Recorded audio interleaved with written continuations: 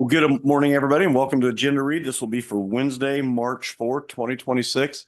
Commissioner Meitzner and I are here, and Commissioner Howell, Commissioner Wise, and Commissioner Beatty are all joining us online. What do we got? All right, good morning, Chairman, and everyone. We have an agenda review to cover, and then I think Tanya's got some legislative issues she wants to talk about. So a couple of things here. So regarding the agenda, Brandon, are you going to give the update on good news? Yeah. Brandon's under strategic communications. First, we're going to honor the winner of Sedgwick County's safety slogan contest. Risk management will be there to honor them. They're going to be on the safety awareness poster for 2026.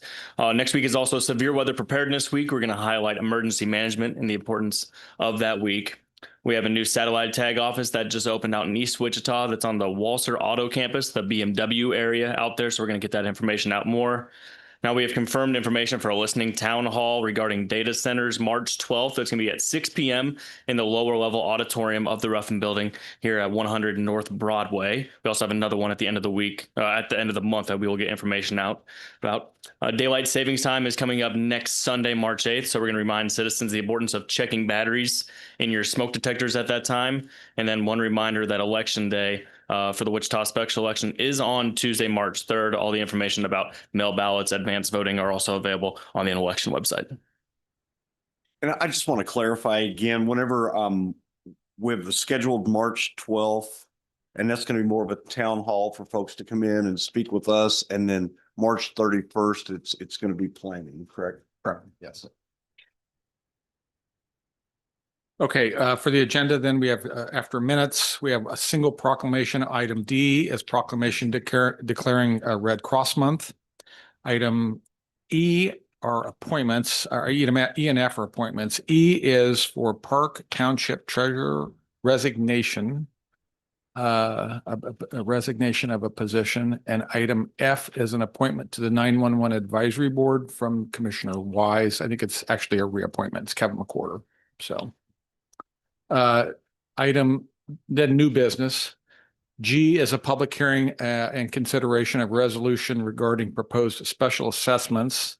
Then item H is going to be a resolution authorizing bonds. There's some overlap there, but let me have Lynn talk about G quickly, and then I'll have Lindsay talk about H very briefly.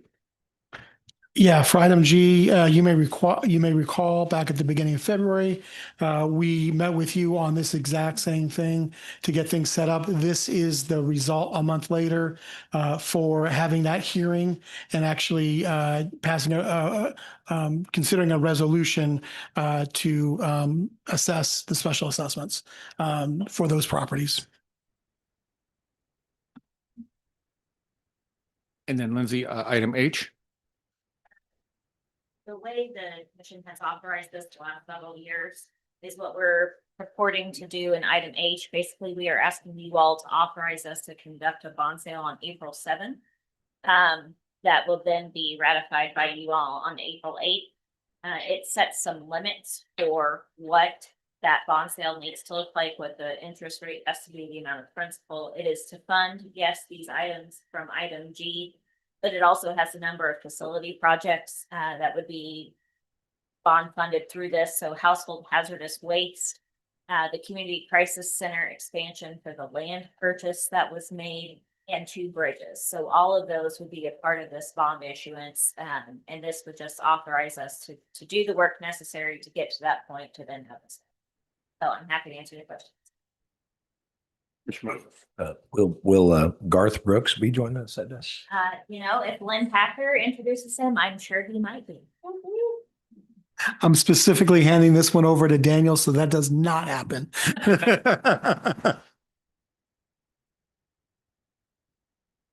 Okay, item I is 2 actions in 1 item. That is a settlement agreement or a civil lawsuit. And it is also going, if that is approved, it will also authorize the transfer of funds from the general fund to county risk management to pay that civil suit. So it's 2 items in 1. Item J is, and I think we've talked with you all about this, there are some technicalities regarding our 90-day stay on data centers. There's some publication challenges and some MAPC timing issues, which are going to make us ask for this on item J on Wednesday to back the stay off until the 1st of June. And we'll have exact dates for you when we present. I think Kirk's actually going to present that on Wednesday. So that's the ask to extend that stay on data centers. Kirk, anything on that? Any questions for Kirk? Just clarification. I think I understand the publication, or there's state statutes on the publication requirements. So that this is not as much as our decision, as much as just the timing of state statute publication. Yes, Commissioner, to your point there. Good morning, Kirk Sponson, Deputy County Counselor. Yes, Commissioner, to your point, there are actually two publication notice requirements that are impacting the scheduling. And first off, I believe the recommendation is to go through June 11th for this item. But within that consideration, it was mentioned earlier that we were going to have two potential listening sessions, town halls in March for this item. One of the considerations for scheduling is that for the initial MAPC meeting that this would have to go through if you were to make changes, there's a 20-day preliminary notice requirement that has to be set out. So essentially, with how we're set now, the notice would have to go out before those hearing sessions had been made, before staff had been able to codify some of the proposed changes, things of that nature. So that is problematic. And then on the back end as well, even if the commission ultimately does make a decision, there's still a publication requirement for it to go into effect. And usually that's an additional week on the back end we have to consider. Thanks for clarifying. Any other questions? I have a question for you. That is, again, this is adding 55 days. We're on day 42. So we actually have 48 days left in our current pause. This is adding 55 days. So that would be, basically sets us back to, I guess 48. That puts us back to about 103 days total. And it seems like that maybe more than we actually need to do that. So I understand the two pauses or the two timeframes you just discussed, but it sounds like it's a total of about 3 weeks for those two things. That's 21 days. We need 100? We have 103 days. If we move this back to June 11th, do we still need 103 days to, I guess, to do all of that? Yeah, Commissioner, and this is part of the reason those two scheduling things that I brought up, those were actually the reasons we need to bring this to you now, because were the board not to want to do an extension, we kind of need to get started on the notice requirement ASAP. And so that's why this is being brought to you now. That's why we can't really wait to see how things play out just for that consideration. As for your question about the extra days, the need, things of that nature. I certainly think that it's reasonable and appropriate. As I alluded to, I mean, we're having these listening sessions even into late March. And so in order to fully accommodate those and incorporate some of the thoughts, any relevant information that comes up, I think an extended timeframe is reasonable in this situation. But ultimately, it's the option of the board. One other thing here, and Scott, either you or Kirk can correct me if I'm wrong. To get a hold of the publication to do the actual publishing this, we'd had to get a hold of them like today. So this is the cart before the horse situation, where if we start all this train down a track, I think the optic to the public is that decisions have been made and they have not. So it's the order of succession here is really important on this, because I know you guys are all getting emails about, and there's accusations of not being transparent. And I assure you that is not the intention of the county, is to not be transparent on this. So part of this is optics as well, that we want to make sure that we're not getting out in front of our skis on this, and that we're having good public discourse before we move this down the track. And Chairman, I wanted to supplement what Tom and Kirk had said. Also, to Commissioner Howell's question is that this will be heard, as I understand it, when there's any provisions that may be put together, which Kirk already indicated it's going to take some time to craft those. but they're going to be in front of advanced plans, which is subcommittee of the Metropolitan Area Planning Commission. It's going to go to the Metropolitan Area Planning Commission. It will ultimately have to come to the county commission. And then as Kirk noted, on the back end of any consideration you may have, there's a publication timeframe. So you have to allow enough time for all of those things to happen, which, and this is a complex issue. So I think that the timing on that is pretty close to a bare minimum. I don't know if Scott would, there's not a lot of extra time built into that. And so I hope that helps in any of your consideration, commissioners, on that, just from our standpoint and staff. Commissioner Howell, do you have any other questions? I guess just, as we move forward here, small extensions of, say, of 30 days, I think would be reasonable. I just don't want to, we're adding 55 days. We start with a 90-day pause. Now we're going to go back to 103 days. And I guess I would just say this. My personal opinion is that we ought to have staff bring us as much data as they can, soon, that we might be able to have some discussions between commissioners, even before my preference would be even before we go out to the public, because I think there's some things we might be able to agree on that we're aware of, some of the very common objections to some of these things. I think there may be some reasonable mitigations potentially to some of those concerns. We again, having that data presented to us officially and having consensus between commissioners that these are maybe some guardrails we would want to see in place. I think we can probably do that even before March the 12th when we go to the public. We probably, my opinion is the staff should have spoken to the commissioners first. We should have had those conversations before we went to the public. And so anyway, I feel like we're going to the public soon, which is, again, there's going to be a public component of this. Obviously, we're all in favor of having public speak, but I just feel like we don't have any data at this point for us to respond with. And I'm concerned about the short date of March the 11th. And then we have staff come to us after that. Obviously, we're going to have public engagement after that again. Okay. So to me, it's like we're extending this out maybe unreasonably because of the way we're scheduling these events back to back.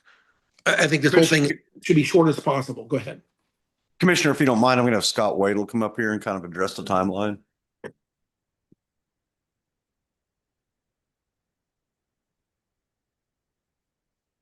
Morning, Scott. Good morning. Yeah, Scott Wadle from the Planning Department. The first one I'd like to tackle real quick is the question about when will the county commissioners have an opportunity to see some more data, some more information.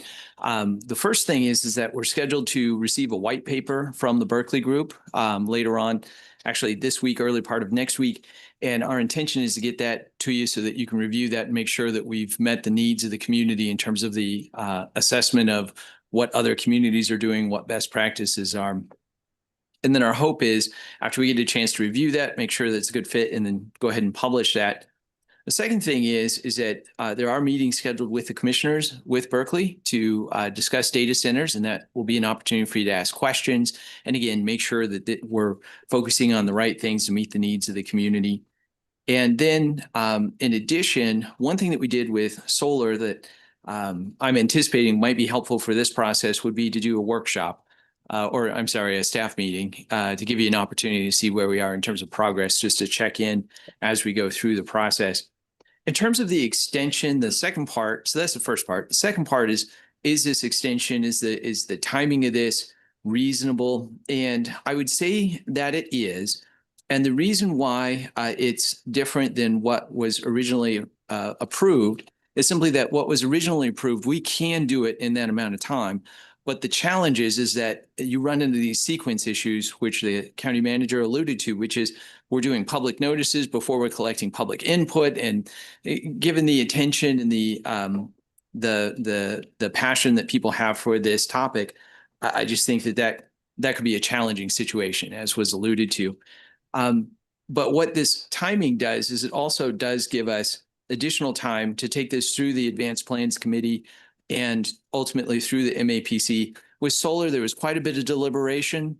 I anticipate that there will likewise be quite a bit of deliberation in the Advanced Plans Committee, and that will just simply take some time. We'll schedule additional meetings for them and special meetings to accomplish this.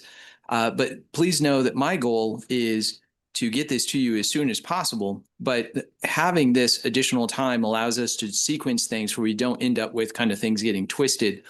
At the same time, though, I don't want to take more time than we need. So if we get it done sooner, we've got the option of bringing it to you certainly before the end of the moratorium, or I'm sorry, interim control. Sorry. Thank you, Scott. And I do agree. I want to be very protective of this process just to ensure we're being consistent. And I guess the only thing I'm looking for in March is the 2 public hearings. I want to hear from the public, but I'm a little bit nervous about disseminating information when we don't have all of our I's dotted and T's crossed early. Any other questions? Chairman, can you hear me? Yes, ma'am. Okay. Commissioner Wise. I just wanted to chime in here.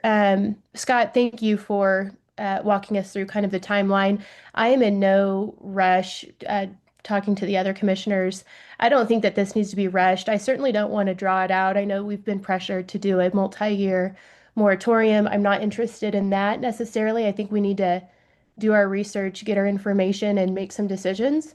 However, I absolutely don't want to feel rushed through the process. So I like the direction that we're going. I like that this extension is being talked about sooner rather than later. And if we get it all done, great, let's move on early. But I want to be able to have these town halls. I want to be able to hear from the public. We're hearing from them a lot, but I think there's a lot of bad information out there that we can help maybe shore up by taking a little bit more time and hearing from Berkeley. And there's a couple of things I want Berkeley to advise me on and considerations that I want to be taken into the policy and regulations. So I just wanted to chime in. Sorry, I'm not there present, but this is super important that we have the time that we need to do this right. Thank you, Commissioner. All right. Anything else? My only comment was, I don't think, once you set that date, I don't think you can do anything before that date. In other words, that date will still be a firm date for, to basically finish some step in this process will be on that date. We're not going to be able to shorten that up once that date is set. So. Kirk Sponson, Deputy County Councilor, just to expand upon that a little bit, the extension date, as you'll see in the potential resolution for your consideration, would be through June 11th, but it does have alternative language in there that says either June 11th or after the county has adopted and published regulations associated with data centers. So were the process to be quicker, by a week, a month, whatever it may be, then that earlier date would come into play. That makes me feel better. Again, I agree with Commissioner Wise in that I want to take as much time as needed. I just want to needlessly delay this. If we're ready to move forward, once we have all of our questions answered and ideas, presented and formalized or whatever, there's a time for us to move forward. And again, whatever the date is the date. And I don't want to needlessly delay it. I want to process this stuff forward and let's get it done however long it takes, but not needlessly delay it. That's my balance in these two ideas. Thank you. Okay. Thanks, Commissioner. Okay, the next item is item K. That's a bid board, and I think there's 6 or 7 items on bid board today. Item 1 is a crack sealing work for Public Works. That was put it out to 62 vendors, and we're going with the low bid there. Item 2 was precast reinforced concrete boxes and end sections for Public Works. That was a single source with a company that has done the work for 20 years. Item 3 are bridge improvements for Public Works. That was put out to multiple vendors. 62 vendors responded to that. We chose a low bid on that. And 4 and 5 are 525 North Main issues, I believe. Item 4 is Sedgwick County Adult Detention Facility domestic water heater replacement. And this ain't no home deal. This is expensive. It's a lot of money. We went out to 288 vendors and came back with a low bid there from Merrick, Wichita. And then item 5 is main courthouse chiller drive repair. That is a sole source because it has to be a York manufactured maintenance entity. So that was a sole source coming in. Also an expensive proposition for 525 North Main. Item 6 is the general groundkeeping landscaping contract for EMS locations. That was sent out to 108 vendors.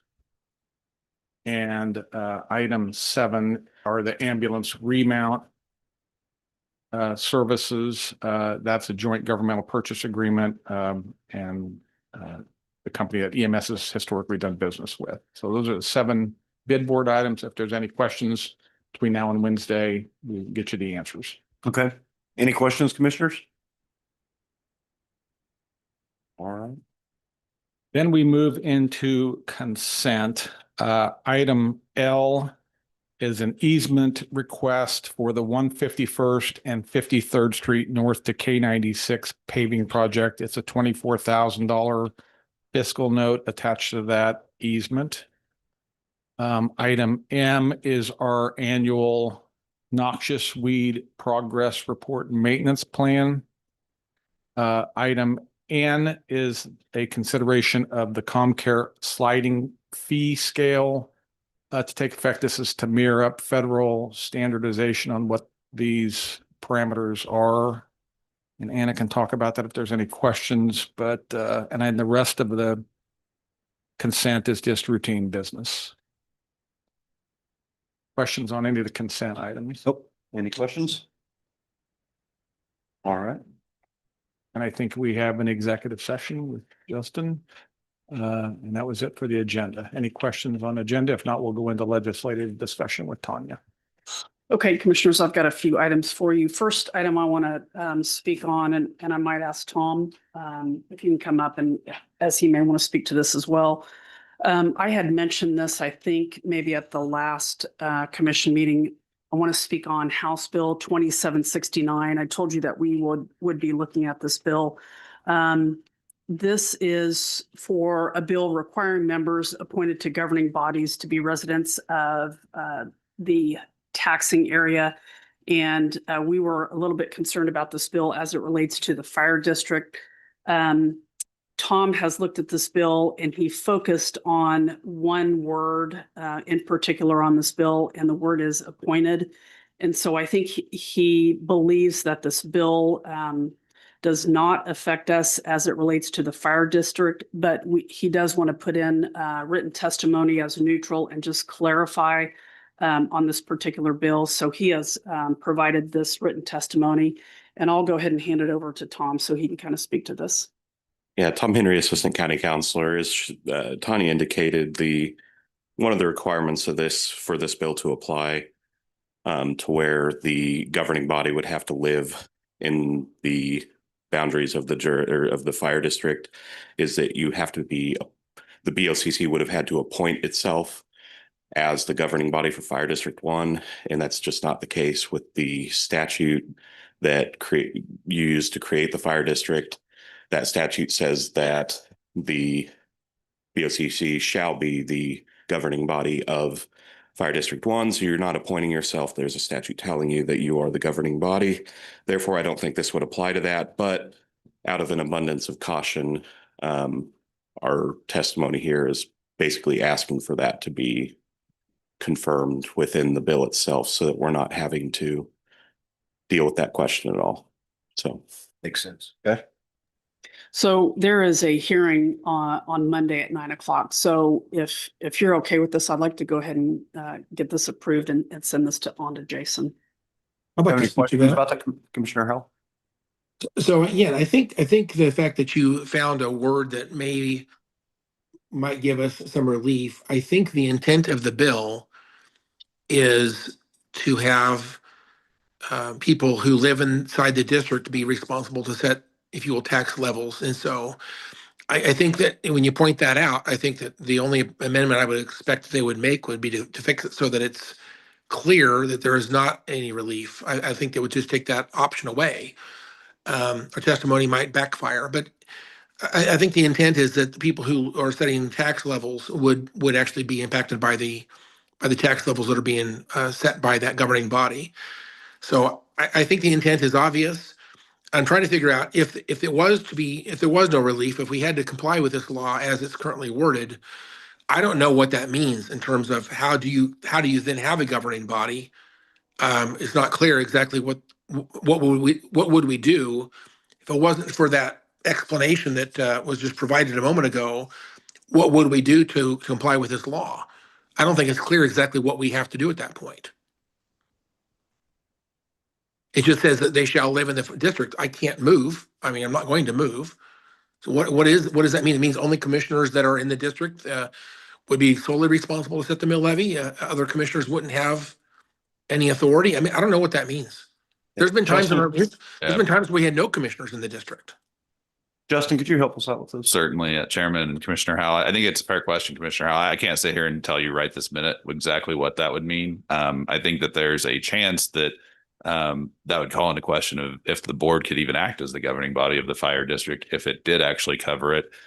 Or you might look to alternatives. I know there's board of trustees capabilities, and I know you've talked about that publicly. You and other commissioners have over the past few years. But it would be problematic in terms of functioning as a governing body for the fire district in the interim, because I also don't know how you would appoint members as trustees if there's only, I think there's one of you who lives in the fire district. And so it would cause some challenges. I imagine there may be other taxing subdivisions around the state that it would cause problems with as well, or other fire districts perhaps. But again, as it's worded now, I think Tom did a really good job of summarizing where it's at. I see what you're saying, Commissioner Howell, about, well, then the legislature might amend it that way. But I also would hope the legislature would not want to make taxing subdivisions dysfunctional in that way, because I think it could cause some problems in terms of how you can administratively do things with these bodies. And I don't think that's the intent behind it. I think I believe the intent is to have folks who live in the district have those powers when it's created or appointed by the city or county. In this case, the fire district was created a long time ago, and by statute, you all serve on as part of the fire district. But it's an open question. It's a good question to ask Commissioner Howell. Well, I think in our testimony, we ought to at least, say that if the will of the committee was to address this relief, I guess, to us, if they were to do that, they need to answer the question in the bill exactly how does a fire district function in light of the fact that we have a shall in our language that creates, if you will, the framework and structure of our fire district. What is the remedy to convert this to some other form of government that meets the intent of this bill? I guess in our testimony, I think we should ask the question and say that if the intent of the committee is to have a no taxation without representation policy, if that's their intent, then how do we transition this fire district to something that meets the intent of the bill? We should add that to our testimony.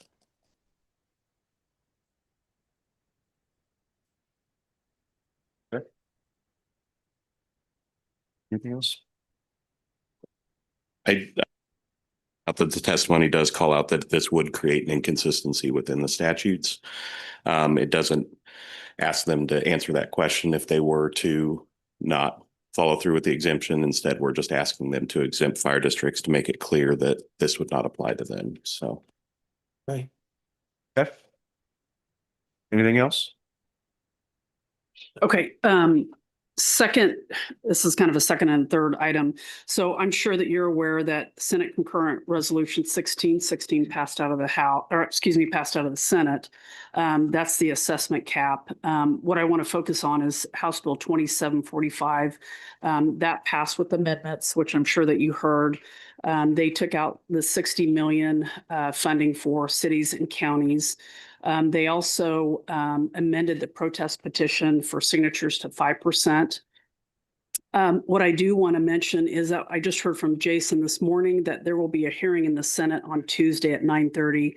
And I do think that Lindsay had mentioned that she may want to provide some changes, to that bill if possible. And so I might just hand it over to Lindsay to mention what, some changes might be to affect that bill.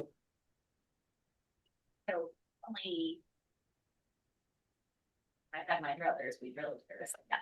But I think the most meaningful impact we could request would be to have some kind of exception included also when taxes are levied on behalf of another entity or your.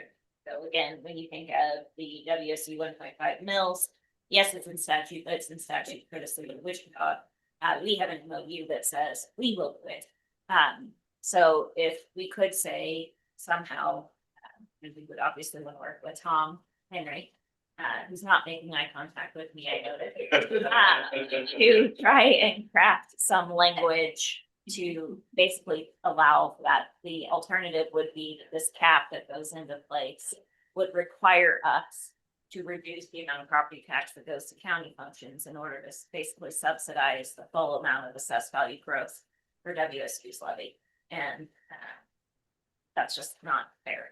So just trying to get feedback from the commission as to whether you'd be interested in trying to advocate for some kind of a language addition.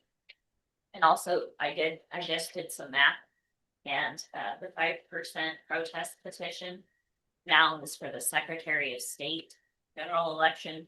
So in the last Secretary of State election in November of 2022, there were 152,000 voters. And so now that 5% petition would only require 7,600 signatures. And to be very clear, that doesn't mean that it goes to an election, like actual protest. It actually stops the budget and default feedback, whatever the limit would have been. So just interesting data about how the bill has changed. Okay, and then last item, I'll throw this back to Lindsay as well. She testified this week on House Bill 2377, which is the sales tax apportionment bill with the Senate Assessment Tax Committee. So I don't know if you want to just speak to that real quick. It went well. We're very nice. The original request was to extend the provisions through the freeze of the sales tax apportionment formula through December 31st, 2028. And the thought on that at the time was, again, you're going to have a new governor and new committee next year. So that would give us time for them to get settled and do it. The committee was not comfortable with that. They asked if a 1-year extension instead would be acceptable. That, of course, also mentioned Dr. Gua's analysis. They did request that that be shared with all of the committee members. And so I think Jason's going to help us get that distributed to them. And so it sounds like they're open to conversation.